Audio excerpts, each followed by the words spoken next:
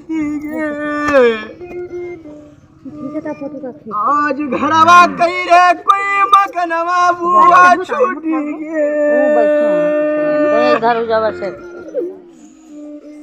आज सकला लई रे कोई सुरतिया बदल गे बुआ। आज बोलिया लई रे बबुआ के भसवा बदल गे।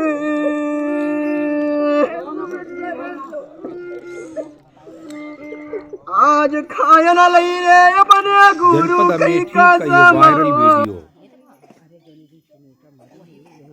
पूरे अमेठी में छाया हुआ है और सुबह से ही जनपद अमेठी के थाना क्षेत्र जायस के गांव खरौली में इन दिनों अखबार वालों का और मीडिया वालों का तांता लगा है। ये जोगी 22 साल अपने घर आए हैं और इन जोगी के घर आने के बाद की जो कहानी है उसको ध्यान से सुनिए। इसमें बड़ी संदिग्ध कहानी है कि 11 लाख जोगी की फिरौती। अखबार में समाचार पढ़ने के बाद जब मैं गांव खरौली पहुंचा तो गांव खरौली में जोगी पिंकू सिंह, जिनका नाम अरुण सिंह है, इनके चचेरे भाई दीपक सिंह से हमारी मुलाकात हुई।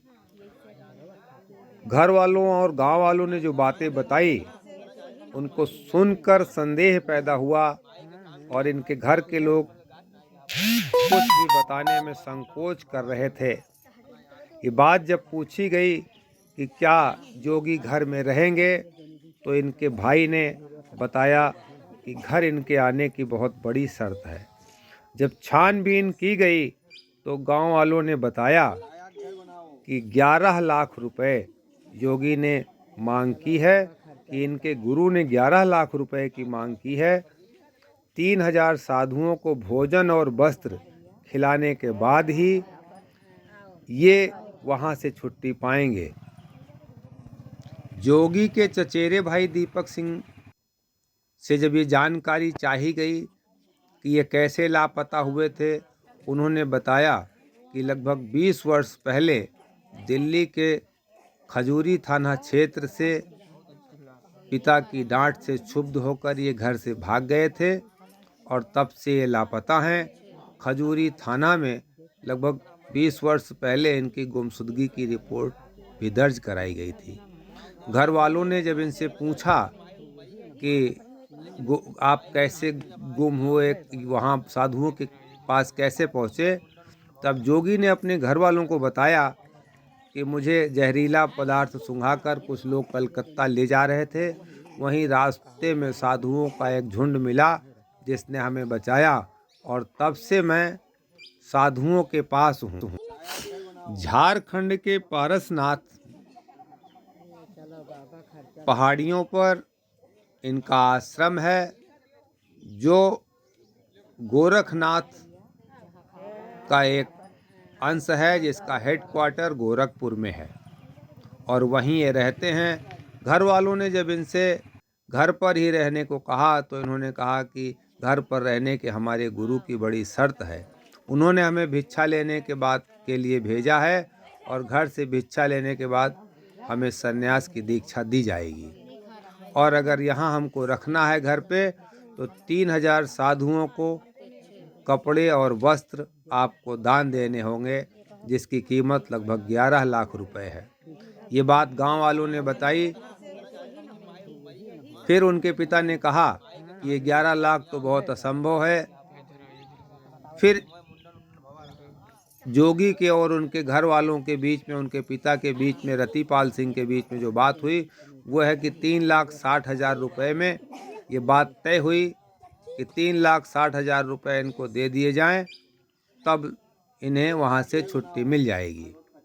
पिता पैसों के इंतज़ाम में कई दिन से लगे हैं। योगी आएंगे कुछ दिन बाद और गांव के बाहर ही 3,60,000 रुपये ले जाकर अपने आश्रम में देंगे और भंडारा करेंगे। उसके बाद इनकी छुट्टी होगी। फिलहाल अभी जोगी जब गांव से गए हैं तो चंदे के रूप में लगभग 14 कुंटल अनाज और 1 झाल गांव वालों ने इन्हें कपड़े दिए हैं, जिसमें कम्बल हैं, अंगोछे हैं, धोती हैं और तमाम प्रकार के गांव के लोगों ने अपने घर से नए वस्त्र दिए हैं।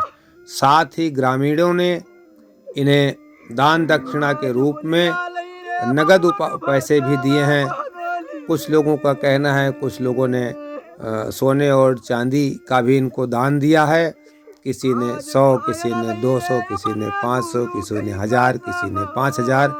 गांव वालों के पास जैसी श्रद्धा थी वैसी ही उन्होंने जोगी को ये नगद दक्षिणा दी है।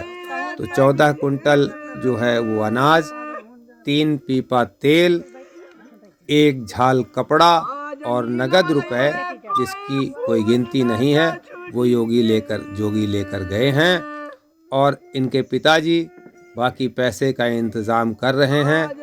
ये 1-2 दिन में आकर गांव नहीं आएंगे, बाहर ही 3,60,000 रुपये ये ले जाएंगे और उसके बाद फिर इनको उस आश्रम से छुट्टी मिलेगी। अब ये बात संदेह उत्पन्न करती है, योगी और वैरागी कहीं ये